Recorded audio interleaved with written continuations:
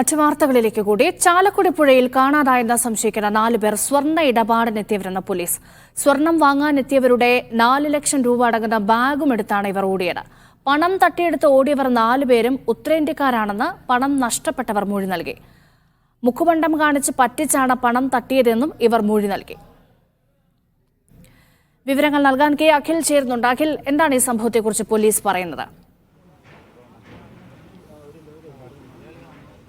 രേഷ്മ, ഇന്നലെ 1 മണിയോടുകൂടിയാണ് എത്തത്തിൽ loco pilot, അതായത് Thiruvananthapuram Chennai superfast എക്സ്പ്രസിലെ ലോക്കോ പൈലറ്റ് ഈ പാലത്തിൽ നിന്നും 4 പേർ ചാലക്കുടി പുഴയിലേക്ക് ചാടിയതായി സംശയം പ്രകടിപ്പിച്ചത്. അതിൽ ഒരാളുടെ ദേഹത്ത് അവസാനം ഇറങ്ങുമ്പോൾ തട്ടിയതായും പറയുന്നുണ്ട്. അതിൻ്റെ അന്വേഷണമാണ് ഇപ്പോൾ പോലീസിൽ ഇത്തരത്തിലൊരു നിഗമനത്തിലെത്തി. കാരണം ഈ പണം നഷ്ടപ്പെട്ടു എന്ന് പറയുന്ന 2 പേർ നിലവിൽ ചാലക്കുടി പോലീസ് സ്റ്റേഷനിലുണ്ട്. അവർ നൽകിയ മൊഴിയുടെ അടിസ്ഥാനത്തിലാണ് പോലീസ് ഈ നിഗമനത്തിലേക്ക് എത്തിയിരിക്കുന്നത്. അതായത് ഒരു 4 പേർ ഇത്തരത്തിൽ ഈ നിധി സ്വർണം ഉള്ള നിധി ഉണ്ട്, അത് 4 ലക്ഷം രൂപയ്ക്ക് കച്ചവടമാക്കി എന്ന് പറഞ്ഞാണ് ഈ മലപ്പുറം സ്വദേശികളായ 2 പേരെ സമീപിക്കുന്നത്. ഇത് കോഴിക്കോടുള്ള മറ്റൊരാൾ വഴിയാണ് ഇതര സംസ്ഥാനത്തിലുള്ള 4 പേർ എത്തിയെന്നാണ് പറയുന്നത്. ഇവരെ നേരിട്ട് പരിചയമില്ല എന്നും മൊഴി നൽകിയിട്ടുണ്ട്.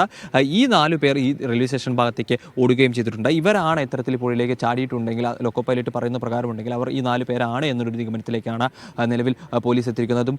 ഈ പറയുന്ന 2 പേർ സ്റ്റേഷനിൽ 2 പേരുടെ മൊഴിയുടെ അടിസ്ഥാനത്തിലാണ് എന്നുള്ളതാണ്. എന്തായാലും അതിൻ്റെ അടിസ്ഥാനത്തിലാണ് ഇപ്പോൾ ഇവിടെ ഈ തെരച്ചിൽ ഊർജിതമാക്കുന്നത്. ഈ 4 ലക്ഷം രൂപയുടെ ബാഗ് പറിച്ചാണ് ഇവർ ഓടിയത്, ഈ മലപ്പുറം സ്വദേശികളിൽ നിന്നുള്ളത്.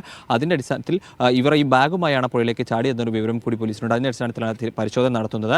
നിലവിൽ എന്തായാലും ഇവർ ഇവിടെ ഒരുപക്ഷെ രക്ഷപ്പെട്ടു പോകാനുള്ള സാധ്യതയും ഫയർഫോഴ്സും പോലീസും തള്ളിക്കളയുന്നില്ല. കാരണം അത്ര അതീവ ഒഴുക്കില്ല. ഒരുപക്ഷെ ചാടിയവർക്ക് കാര്യമായ പരിക്കുകൾ സംഭവിച്ചിട്ടില്ല എന്നുണ്ടെങ്കിൽ പുഴയുടെ തീരങ്ങളിൽ വഴി കയറി രക്ഷപ്പെടാനുള്ള സാധ്യതയുണ്ട്.